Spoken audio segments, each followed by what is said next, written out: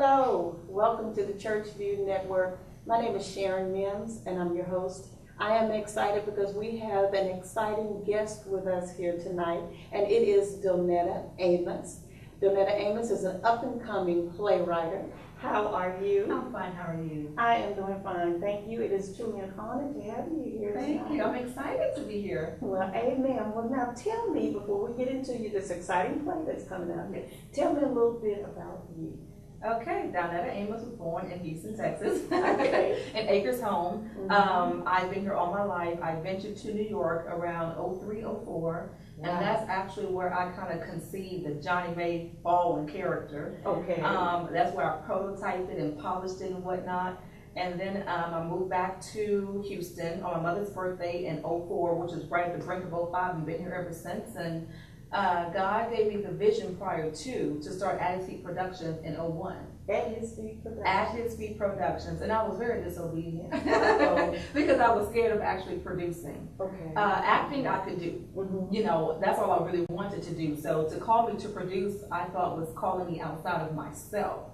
And so that was in 01. I remember because I wrote it down. Okay. I did not file a DBA until 05 after I got back from New York.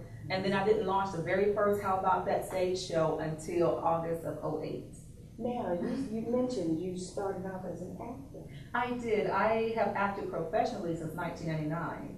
I studied theater at the University of Houston, you know, of course, here in Houston. And but my roots come from doing church plays and Easter productions. My mother would make me be a part of. I just never know how it's going to take root years later. So that's pretty much the premises. I remember those famous Easter speeches and those Easter programs that were put on. So now tell me, what inspired you to move from being an actor to produce?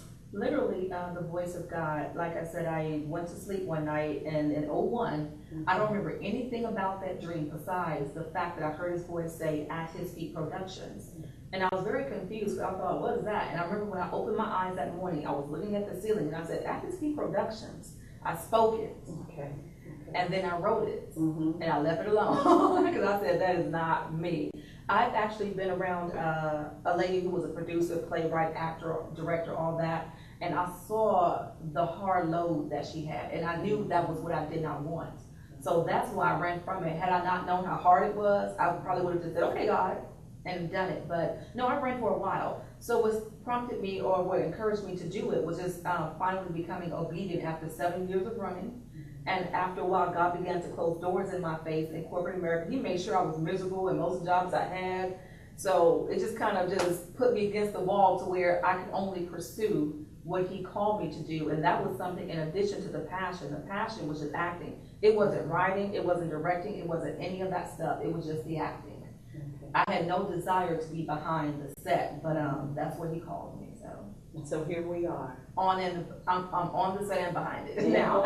Now, are you actually in your play? Oh yeah, that's me as Johnny May right there, and makeup and wardrobe. So this is the lead character. This is lead character. Okay. So now, this is a comedy drama. It is a dramedy, like I like to call it, kind of a whole new genre, yes, because we minister to them through comedy. My niche is comedy, you know, to begin to provide people medicine for the soul. You have to laugh. And I really began to kind of lean towards comedy even the more after 9/11. I recognized how important it was for people to just be able to laugh, how they needed it. It was a relief thing. I remember I was at my church and I wanted to do the Christian Comedy Club, initiate that at my church with all K's, KKK, instead of it meaning something derogatory or bad. I wanted to do the Christian Comedy Club, you know, so everything that I did was about comedy. And I finally began to full-fledged do At His Feet Productions in 08 when I decided to do my first stage show. But in that, we also provide drama. You know, so you have to, it really, that's where the talent part kicks in. We know that I was trained at U of H, and also too, I had private training pretty much from a celebrity at the time. My main coach is a young lady who came from the cast of the television show A Different World. Oh, yeah. She moved to Houston. I took every class she offered, and even though I was taught well at U of H, most of my training, most of what stuck with me comes from her teaching. And she comes from the likes of Bill Cosby, Jasmine Guy, Debbie Allen. Mm-hmm. You know, so I was able to pull from that, and I'll always be grateful for it. She and I are still friends to this day. We have each other's numbers. Wow. She tells me how she's proud of me. I'm like her prototype. Oh, Because wow. what I'm doing now is what she did 10 years ago. Okay, now I know that there are some viewers that are watching. What are some of the things that you can tell them for those dreams that they have that are locked inside? Say they want to write or even act. What can you tell them to begin to do right now? First of all, we can stick to biblical principles. You know, you speak it out loud, you write it down, you call those things that be not as though they were. You begin to see yourself or see the end result instead of where you are. Because I know what it's like to be faced with nothing but limitations. That's it. I know that. When I started writing in New York and I wrote my first film, full-length production, I was in a basement. I was subletting a basement. The walls were like prison blue and the floor was gray, so it was very drab. I used to have to charge up my own laptop. I would take a pillow, a blanket, and a pack of lunch and go to the park to be able to write because everything around me felt like a prison. I was like nothing was pouring out of me in that environment. So make sure you're aware of your environment if you're going to be a writer or even an actor, any artist. Your environment helps a lot with what's going to pour out of you. It affects your mood. Oh yes, it affects your mood, your flow. It affects. And so I also say you definitely have to invest in yourself.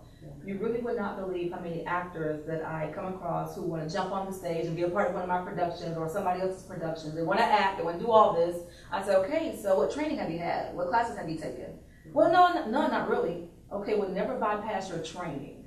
Because you can be anointed and appointed, but hey, there's still nothing that substitutes talent and being trained. So I didn't come to this point overnight. And that's what I see that a lot of our young actors, up and coming actors, that's what they're doing. They want overnight success and stardom and this and that.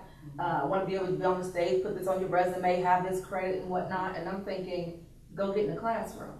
Go get taught. So that when you come to the production, I'm not teaching you left from right, stage left from stage right, down stage from upstage. Because that really takes a lot of time from what I should be accomplishing in rehearsal. So if you really are serious about it, invest in yourself. And you will do what you have to do to invest in yourself. Because when I was paying and taking those classes, I did not have a lot of money. I had jobs I hated and money I didn't, money that was funny and change that was strange. That's right. It was not easy, but I did it. But you did. But I did it.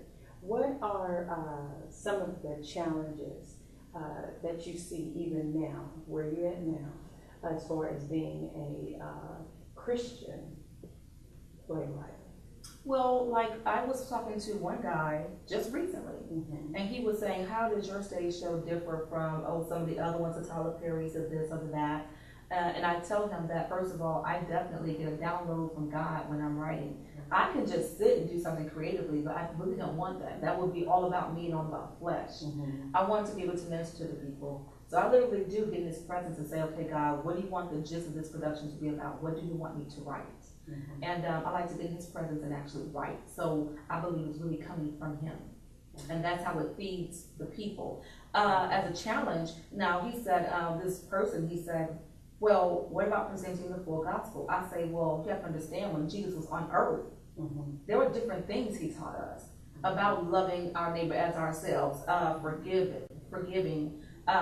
You know, he sat with the tax collectors and all the people that, all those that people thought he shouldn't sit with. He said, well, hey, the healthy doesn't need a physician. It's the sick that needs the doctor. So there are different things that Jesus taught. And so I just do his teaching in parables. So not only will they come to laugh, come to cry, but they will have substance in what they're getting. That is my whole meaning. That's my whole objective. First of all, I do everything, I have a slogan, to do everything decent and in order with the spirit of excellence. And that's what I do. And people now, they call me, how are you able to do this and do that? I say, whatever your budget is, you do the best that you can do, especially if you're saying that you're doing it in his name. That's right. In that budget. I don't care if it's $700. You make that look like a $7,000 show. And from day number one, with my own money, I did that. Didn't have sponsors, I did not have investors. I stepped out on faith and I did it. And when you come through the door, you know it's a completely different atmosphere and something that is not matched in any theater in Houston. Wow.